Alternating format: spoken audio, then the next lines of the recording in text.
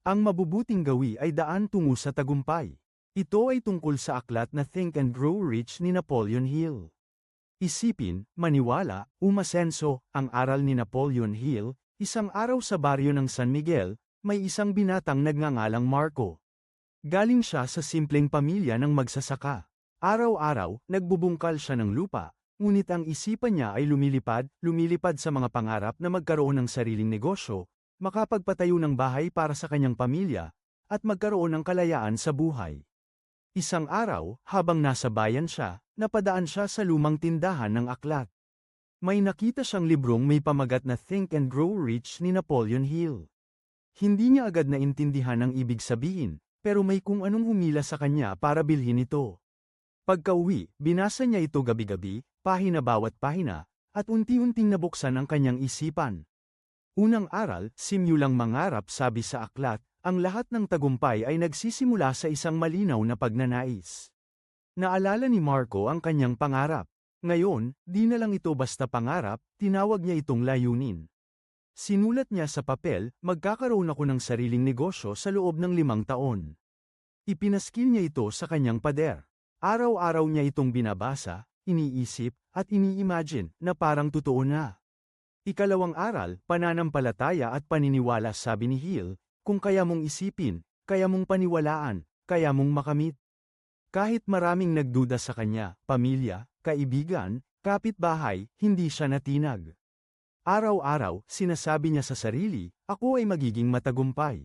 Kaya ko ito. Dito niya natutunan ang kapangyarihan ng autosuggestion, o paulit-ulit na pagsasabi sa sarili ng positibong paniniwala.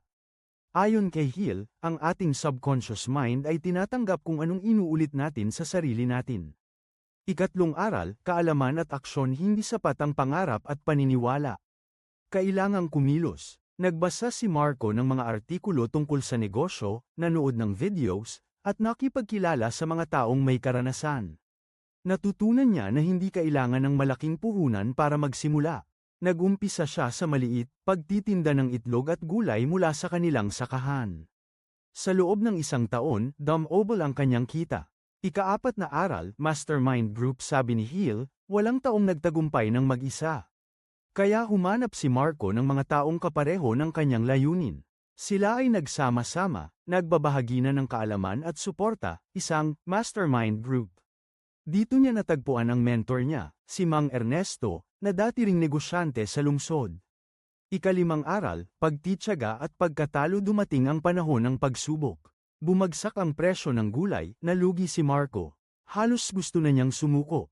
Pero naalala niya ang aral ni Hill, ang pagkatalo ay pansamantala lamang. Ang tunay na pagkabigo ay ang pagsuko.